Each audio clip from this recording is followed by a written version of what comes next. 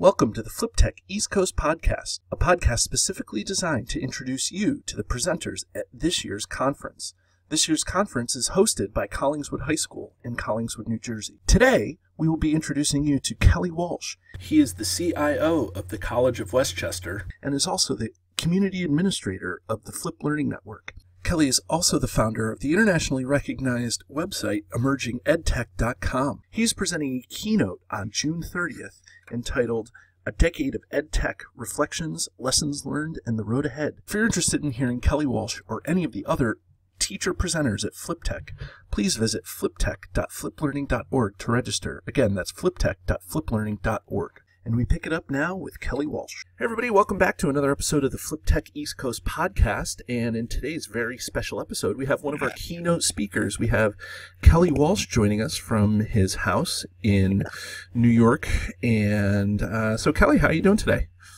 Good, Dave. How are you? Oh, so far so good. It's been crazy down here in the spring with weather. So I don't know how it's been in New York, but I assume it's been not pleasant.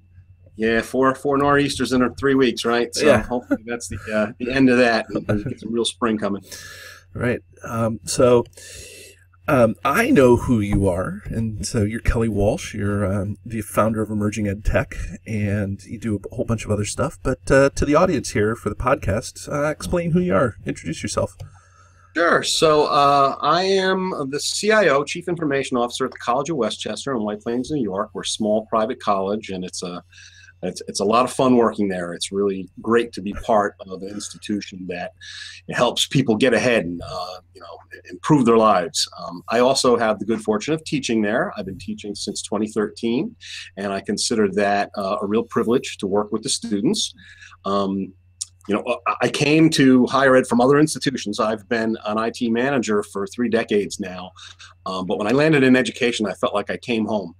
And I immediately started really trying to explore the relationship between technology and education. And that led me to these other fun things I do. So I started this site, Emerging EdTech, almost 10 years ago now. And that led to lots of fun things, including writing some books, a lot of speaking engagements. I write articles for University Business. I had the great pleasure of becoming the community administrator for the Flip Learning Network back in 2016. And in addition to that, I'm also an amateur musician. I do that for fun. And probably more important than all those things, I'm a dad and a husband. Wow. So I'm busy.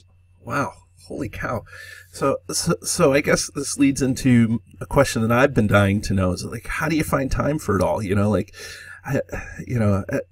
Maybe the first question that I should ask isn't how do you find time for it all, but where did maybe Emerging EdTech come from? And then I'll ask you, how do you find time for it all? Sure. So I believe, as we know, technology is all over the place. It's changing every industry. It certainly impacted my life tremendously in terms of my career when I was long ago in the SUNY school system trying to figure out what I wanted to do with my life. And I started out as an engineer, but I took a bit of a turn as the PC came along and I became a tech guy. And so it's been, part of my whole life, and now it's part of everybody's life. And I think anybody who's leading a tech running the tech shop for any kind of organization should be immersed in that industry. They should really understand what's the relationship between technology and whatever industry you're in. Totally. So being in education, it was really interesting because, education's slow to change. And we're still struggling to figure out what is technology to us, especially from an instructional aspect. So I just decided to start exploring that. A couple things kind of came together. I like to write.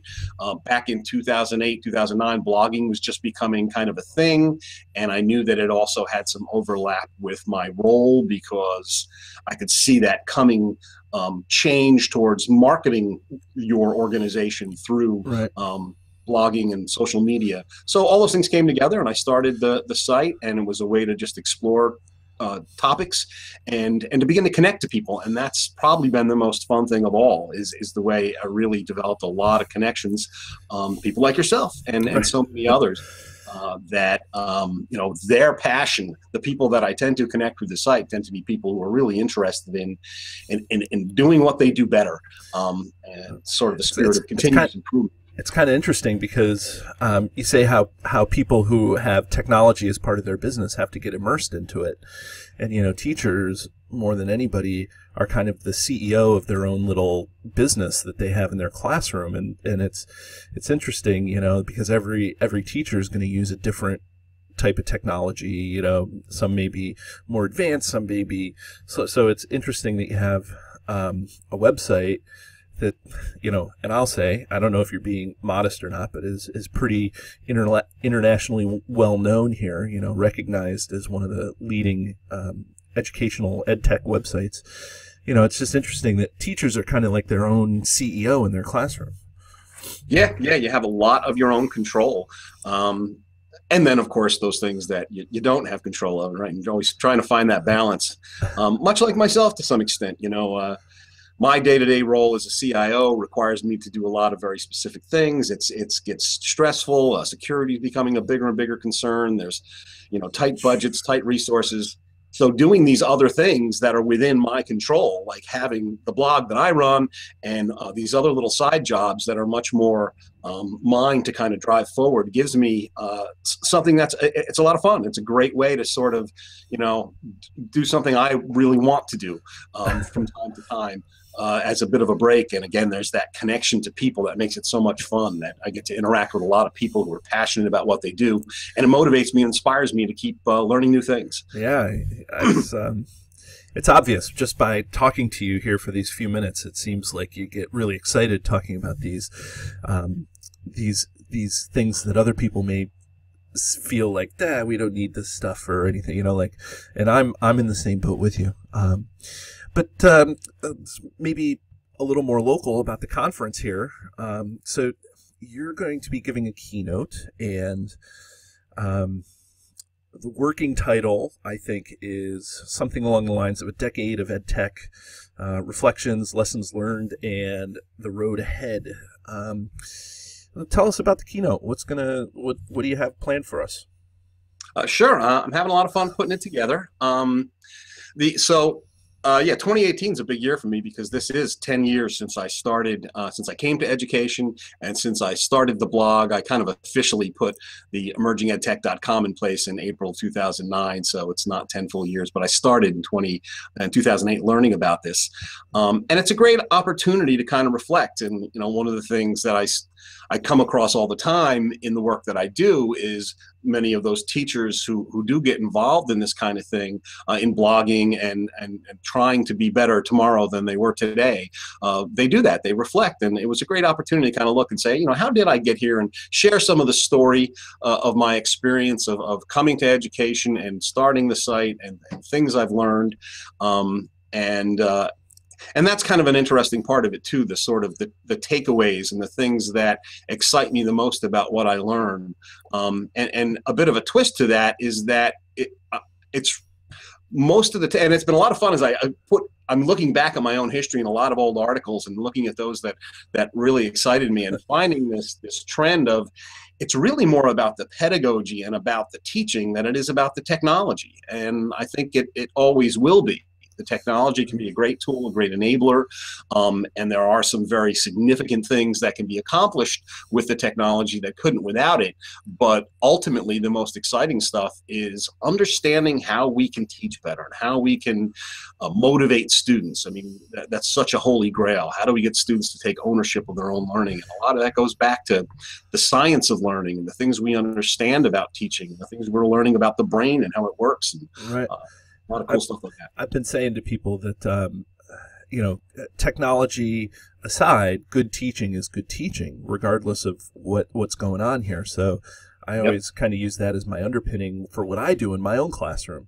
So, so you said you're an amateur musician. Are you going to be playing any music at this? Now, I asked this question for two reasons. Okay, so number one, I know that the keynote at the last FlipCon that was in the United States at 2016 had Tyler DeWitt as the keynote, and you were there. And he played music for his keynote. And then I also know you're an amateur musician yourself. So do we get to hear any Kelly Walsh? Well, that was not the intent. Could certainly use one of my originals as kind of an entry to come onto the stage. It's interesting. It reminds me of, and I was actually just referencing some of this guy's work. There's a gentleman named Jeff Borden who I saw as a keynote many years ago, and he would, part of his whole gig is he brought the guitar on stage, and he would go through those 4-chord songs that we've all heard so many of them based around this pattern, because he was trying to draw that idea that, yes, just because some of the things we're doing are the same, they still keep changing. And that was a lot of fun, and I thought once or twice about doing something like that. But no, I think I'm just going to stick with the conversation around the education and the technology. Man, I mean, being the lead organizer, I could probably figure out a way to get Kelly Walsh's album up and running during your keynote, at least. Yeah, we'll see. We'll talk. We'll talk off camera. Huh?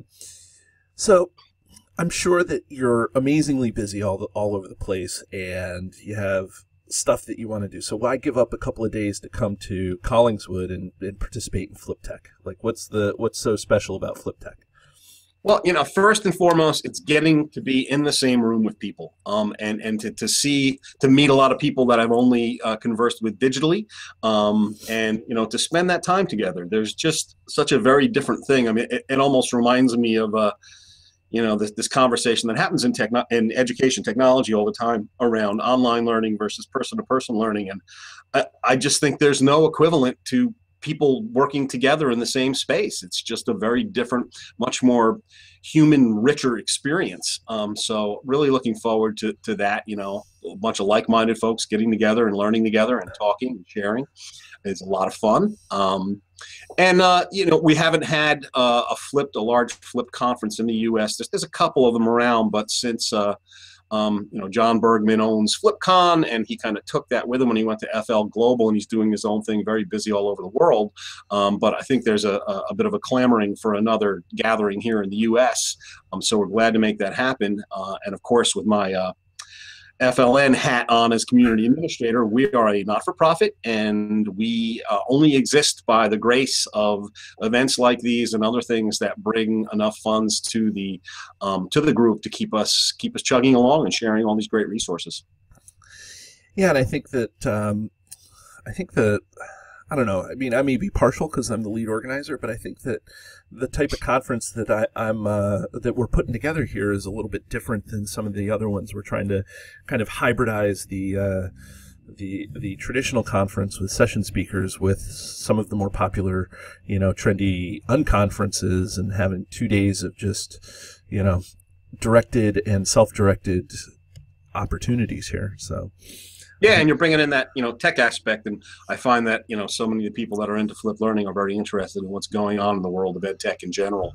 So that's a great marriage too. Yeah, and I don't want to have that that lead buried anywhere. That this is also supposed to be a very strong educational technology conference. We have Aaron Sams, who is a flip guy, but then we have you, who you are I would say primarily an ed tech guy, even though you're a flip learning, advocate and things like that. I would put that hat on you as the educational technology guy. Sure. I'm glad to hear it. Right. And wear it, you will. So I would definitely say that you are a educational technology expert with all the experience you have. I would put you there. So, what kind of advice would you give teachers coming into this ed tech realm? Like any teacher, it could be the young teacher, the old teacher. Sorry, the young teacher, the veteran teacher. What kind of advice do you have for those folks? Could be the same, it could be different. Like, what are you telling these guys? Well, it's always pedagogy or andragogy first. It's about the teaching. It's about that experience. The technology largely is just a tool. Don't be intimidated. Be very willing to experiment and have fun and fail. Right? If we're not failing, we're not trying. It's nice to look at frameworks. People really like the STAMR framework that helps you kind of understand the difference between just substituting technology and ultimately, completely changing how a lesson is given through technology. Um, and certainly leverage. One of the great benefits of tech is having this great digital PLN, right, a personal learning network. So get connected, get out there, get on Twitter, get on Facebook, find others that are exploring the things you want to explore. Do Google searches. There is just so much. In fact, on a day-to-day basis, as I get a lot of guest post suggestions, a lot of them are just, this is more of the same. There's so much out there. There's so much written about so many topics. So if you're interested in understanding the relationship between whatever augmented reality, wearable technology, any kind of tech and how it might have an impact on the classroom, there's probably some content out there about it to look at. So that's a lot of fun. But you bring up, I was going to say, you bring up augmented reality and wearable tech and things like that. Is that the next big thing, or is that what is the next big thing? In terms of educational technology. Yeah, I know. You haven't done it for 10 years, you realize that it's so easy to say this, that, or the other thing might be the next big thing. I think there's certain things happening that are supported by tech that are almost more interesting. Obviously, so I'm a higher ed guy, but emerging ed tech, I look at K to 16 plus, and I'm very interested all across the spectrum. And I think a lot of things we learn can impact learning at any level. But one thing that's happening in higher ed that's really interesting is what I call the disaggregation of the degree. The idea that we're really beginning to figure out how to give more credit for smaller units of learning. And, the day may come when people can almost assemble their own degree.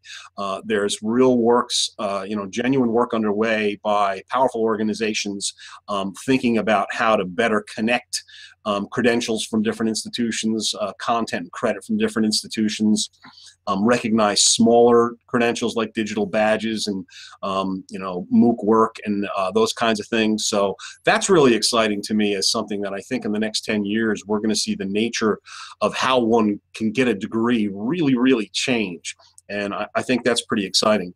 When it comes to the day-to-day teaching in the classroom, I think the potential for understanding how learning works and understanding the brain and the science of learning has almost more potential to make a meaningful difference than the latest gadget or software.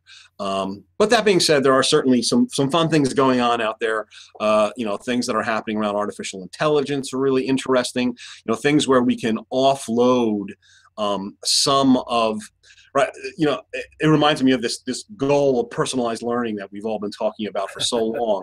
Well, right. Nobody has the time to spend with each student. The flip helps make it a lot easier and give you more time to spend with each student, but it's still pretty impractical to really deliver the kind of personalized learning to each student that would be best suited to them. Not to say we even really understand that all that well yet, but right. We're getting there. And I think tech has a great possibilities there. The idea of tools that are designed to really help students explore things further on their own and marry that in-class valuable time and relationship with the teacher to these kinds of tools to really let students learn at their own pace, learn the way they need to learn. I think that's got a lot of potential. Can I ask you one little surprise question here that yeah. Absolutely. Yeah. Speaking of which, that's one of the techniques that works so well in the classroom. That's sort of the unexpected and the thing that makes you think differently, right. And wake you up. So I just asked you about what kind of advice you would give teachers as they came into the classroom, and again, I've said this previously in this interview, but I'll say it again: is that your passion for this, the teaching, the pedagogy, the ed tech, that the merging of all those is pretty obvious. It comes through really obviously. But if you could go back 10 years and give yourself advice about where you would, what to do and how to do this. Okay, so forget all the teachers, forget all the the CIO stuff. What kind of advice would you give yourself in order to get you to where you are right now? Probably first and foremost would have been to start teaching sooner and to teach more, to actually be in the classroom. And second to that would be to more aggressively build relationships and reach out to people. For the first probably 4 or 5 years, I felt like I was a little more behind the keyboard and less, having conversations. And that's absolutely been one of the biggest benefits, is that connection, that network of people that we can reach out to and learn from, and and build friendships, build relationships, share with each other. So much comes from that. Right. Well, Kelly, I really appreciate you taking some time talking with me here, and I think it's important to tell everybody that there's no relation between Kelly Walsh and myself, so that's not that we're aware of, but somewhere in the dim and distant past. Yeah, right. Real dim and super distant. But thank you for taking the time and talking with us, and thank you for putting together a keynote for our conference.